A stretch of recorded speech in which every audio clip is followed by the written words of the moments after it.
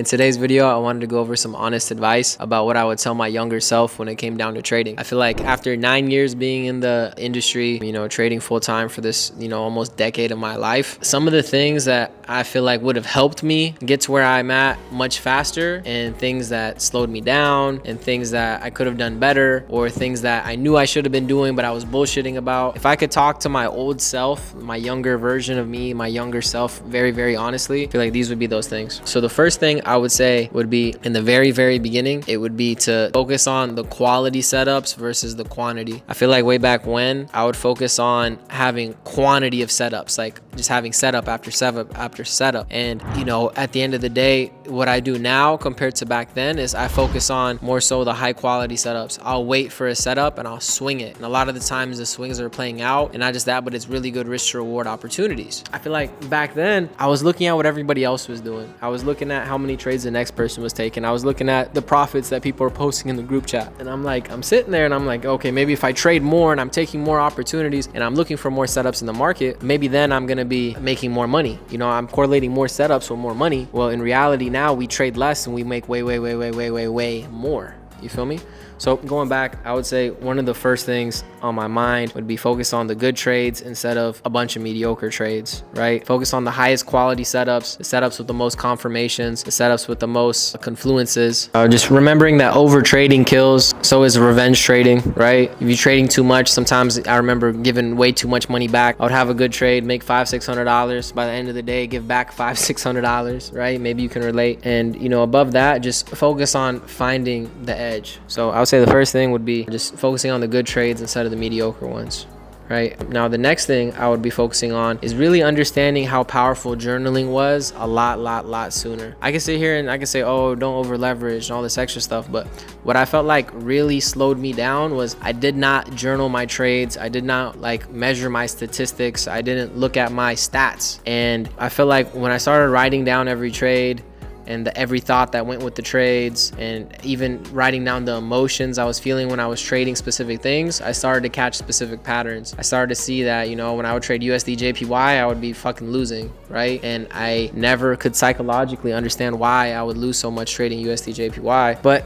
in regards to it, I would be losing trading USD JPY. And at the end of the day, the thing about losing was I didn't understand why I was losing. I just kept on losing. Journaling is like a superpower. Like, you can figure out where you're bullshitting much sooner, much faster, much quicker by just journaling your trades, journaling your emotions, journaling how you're feeling. I mean, I wake up every day and I just journal in my journal, just whatever I'm feeling or whatever I'm manifesting, whatever I want to talk about with God or whatever it might be. Another thing I would say, honest advice to myself, would be to just trust the process. I feel like a lot of times I would compare myself to other people, and other people are at different parts of their career, and because they were at different parts of their career, I was comparing myself to maybe, oh, I got started at the same time trading as this person, or yo, there was this person in the group chat making 1,000 or 2,000 or 5,000 or whatever, and I would compare myself to that person. And I feel like I was comparing a lot back in the day. Comparison is a motherfucker. Comparison will steal your joy. It'll steal your gratitude, because you feel like, oh, I should already be doing this. Well, you got to just trust the process and get to that point. And when you're comparing yourself to, oh, this influencer trader, or this trader who has a Lambo, or this trader who has a penthouse in Miami, or whatever, at the end of the day, 99% of it's all rented anyway. And even if you live there, you're still renting the apartment, right? Unless you buy a condo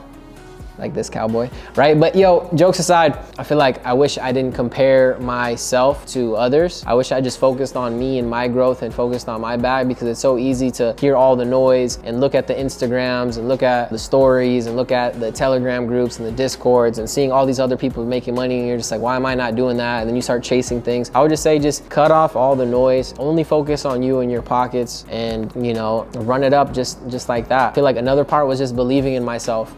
I feel like I had people around me that were believing in me, but something in me always made me not fully believe in myself faster. If I would have believed in myself much faster, much sooner, I would have felt like I would have been much more successful much faster. It still happened, but it took a lot longer to go through those trials and tribulations. But it's just having that belief level kind of instilled in you. I feel like that was a really big one. What else could I say? Some honest advice that I would give my younger self about trading. I would say not wasting so much time trying to scalp the 1 minute time frame when I was a beginner trader. Now I feel like I can do that because I understand price action, all the extra stuff, but I would say that's definitely a strong one. Analysis paralysis. I remember when I first started trading, I was looking at every analysis, I was looking at every type of setup, every indicator, I was looking at all these different strategies. I would bounce from strategy to strategy. Maybe you're doing the same thing. I would say the biggest thing was picking one thing that worked for you and then not changing it up, but just adding on top of it, right? I feel like my strategy really originally started off with the fib, and then I added market structure with it, and then I started adding the trend with it, and then I started adding inducements with it, and then, you know, smart money concepts with it. Then I started adding, you know,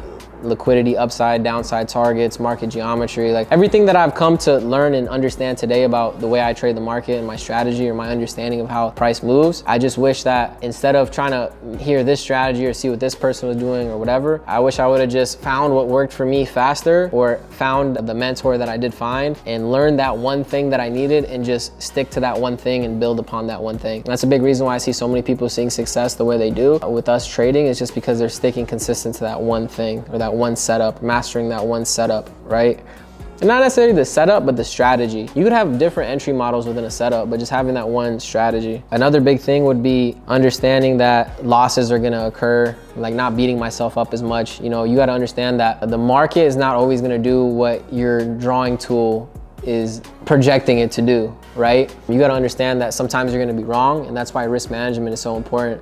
But the thing about it is just understanding the fact that, you know, we're trading FX. So, you know, having that calculated risk, being able to take advantage of risk to reward ratios, maximizing your wins, minimizing your losses with the strategy. I would say the thing is just understanding that you're going to take losses, not to beat yourself up about it. You know, really above that is, you know, the market doesn't owe you anything, and, you know, you don't really owe it anything either. But at the end of the day, the biggest takeaway I would say, in the sense of understanding that you're gonna lose, is just being very disciplined, right? Because if you follow your plan and your strategy and you lose a trade, well, at least you followed your plan, your strategy, your risk management guidelines. If you have a trading plan, you should have all that stuff outlined, right? If you followed your plan and you lost, you know, it is what it is. It's the market's fault. If you break the plan and you lose, then you have to take accountability for that. I feel like for me in the beginning, I still had a hard time taking accountability for my losses when I would over leverage or enter too many times, or, you know, just do something stupid that wasn't what I was supposed to do, right? And instead of blaming the charts or, you know, the setup or the news or Trump or whoever the hell it might be, I was just taking that self-accountability. I would say that would be big too. I would say another big one would be like when I first started really making money trading, I wish that I wasn't just spending all my money on like high fashion designer and eating dumbass dinners and buying girls gifts and buying cars and all this extra stuff. I wish at that time when I first really started touching paper that I wasn't being stupid with the paper, and I was just investing it into crypto and Bitcoin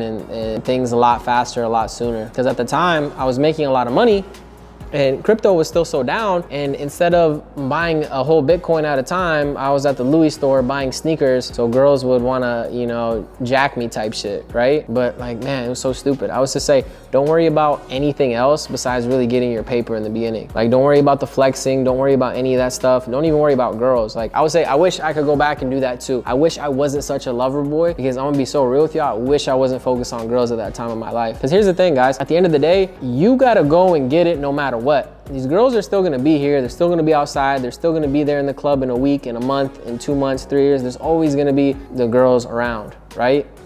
But no girl wants a broke dude. So you need to get to the paper. And once you get to the paper, I mean, like, man, you know, then you get options and you get to have fun. Then you get to experience the type of life that you want to live. But no girl wants a guy that's broke, right? And honestly, if you're broke, you shouldn't even be focused on women. It's not to say that I was broke focused on women, but I started touching a little bit of paper and I got a girlfriend. And I feel like that hindered my growth so exponentially, because I could have grown way more, but then the energy is thrown off and all the extra. I wish I could go back and not have the girlfriends that I don't want to say that. That's kind of fucked up. I wish I could just go back and just focus on grinding more and not being such a lover boy. That's like a personal thing. Maybe you can relate to that, maybe you can't. Maybe you have a distraction. Maybe you like to drink a lot, maybe you like to smoke a lot, maybe you like to take ecstasy a lot, maybe you like to drink, party, whatever, XYZ. Relate. For me, I wish I didn't get so distracted with girls when I was on my come up, because I would have came up much harder and faster and stronger and all that extra stuff. And if you're somebody who's just getting started in the trading industry, I would say just find a mentor. It doesn't have to be me. If you don't like me, if you don't feel like you can relate, it doesn't matter. Find somebody who has the results and that has the vibes, or somebody you feel like you can fuck with, or someone you can vibe with, or whoever you feel like you can relate to. Find them. Find someone that trades like you. It's easy to consume their content, and just stay consistent with whatever that person's putting out. Because I promise you, if you stay consistent with it, you're more than likely going to, be able to duplicate their level of success. But with that being said, guys, I appreciate y'all watching. First link in the bio is the free chat. Join the free chat. Start taking signals with us every single day, every single week. And I'm gonna see you guys in the next video. Peace.